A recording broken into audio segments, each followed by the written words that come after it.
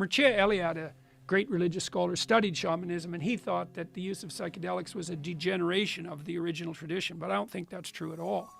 I think that the psychedelic tradition is part and parcel of the universal religious heritage of mankind, and like, I don't know what that means. You know, I've talked to people like Robin Carhart Harris, who studies the neurology of psychedelic experience, and he said that what it does is produce something akin to a hyper stress experience. So imagine you're extremely stressed, like your life's in danger, and so you have to open yourself up to the possibility of radically new ideas. Well, a psychedelic substance puts you in that state of mind, and so that can be hellish, because you can collapse into like a catastrophic fight or flight defensive response, and magnified by the hallucinogen, then you're just in hell. But that isn't the only necessary outcome. And so the psychedelic experience definitely mimics something like radical learning. And it also seems to reduce the effect of memory on perception. Because most of what you see in the world is memory.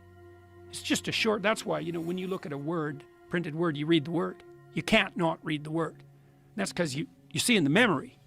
You're not seeing, like when I look at the sign behind you, I'm not lost in the yellow and the details. I see the Joe Rogan experience, right? It's part and parcel of the perception. It's all memory. What a psychedelic does in part is remove the inhibition of memory from perception. And that re-immerses you in the complex world and shows you how remarkable and beyond comprehension everything really is. That's real. But the question is what to do with that. You know, Timothy Leary, his doctrine was turn on, tune in, drop out. And that devastated the whole culture, that idea. It's like, well, if we just shed our presuppositions and the whole industrial nightmare, we'd all be freedom-loving hippies wandering around in Eden. It's like, no. I wanted to do a line of psychedelic products. Turn on, tune in, grow up. Right. I think that's much funnier, much better. Yeah, and that's also possible. That's a possible path through this sort of quest for spiritual enlightenment. Yeah. And it's not, the Timothy Leary thing was, I mean, it was dismissed by a lot of other psychedelic pioneers of the time. They saw the flaws in that thinking. Yeah, definitely. The people who were already experimenting with ideas of proper set, and also they knew that back in the early 60s. Yes. And also the people that had no desire to run a group of like-minded people, which Leary did. Which he wanted to. You know, he fell into that hippie culture, that hippie counterculture. He also, I think he fell into the cult of personality. He fell into this thing that happens when too many people are paying attention to you. Yeah. And you think you have all the answers. Yeah. It's very dangerous. Yeah, especially if you combine that with psychedelic experience. Yes.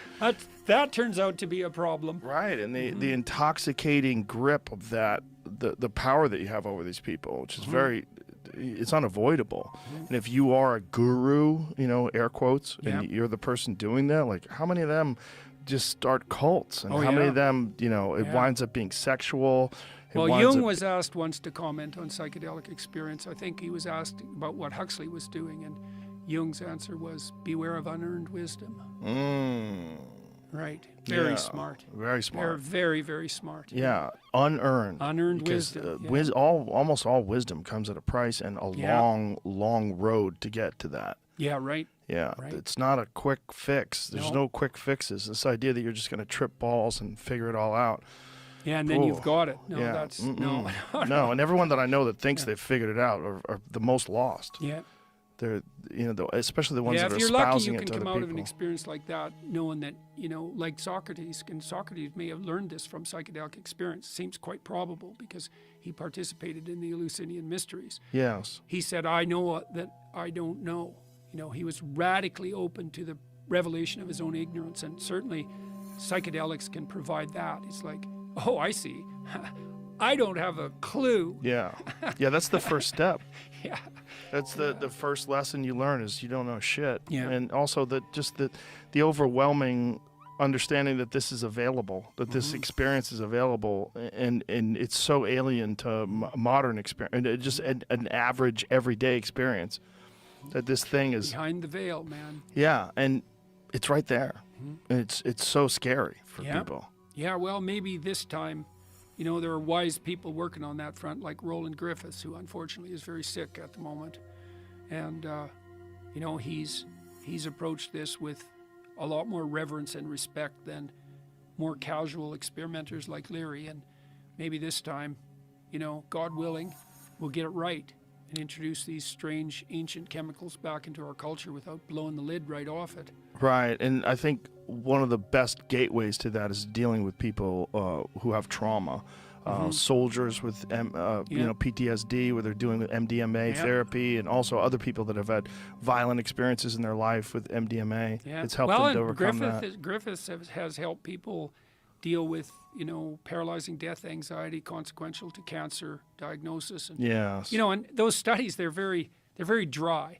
You know, we gave psilocybin to a group of people who were suffering from cancer, and their relationship with death radically transformed. And, you know, the implication is somehow that's a chemical transformation. And of course, to some degree it is, because it was induced by a chemical, but there's a mystery there. It's like, well, what happened to those people in that 6 hours that transformed their vision of death, right? That's a...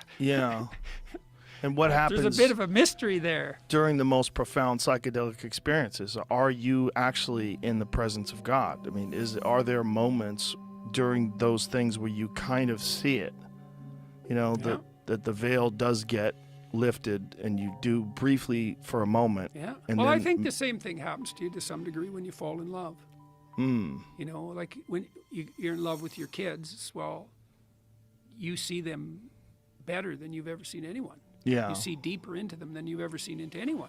So love is the partial lifting of that veil of ignorance. And I think that's true of romantic love too, is you see into the soul of the other person, so to speak. You see what they could be. And that's what and they see what you could be, and you fall in love with that possibility. And that's not a delusion. It's not a chemical delusion. It's the basis of life itself. It's real.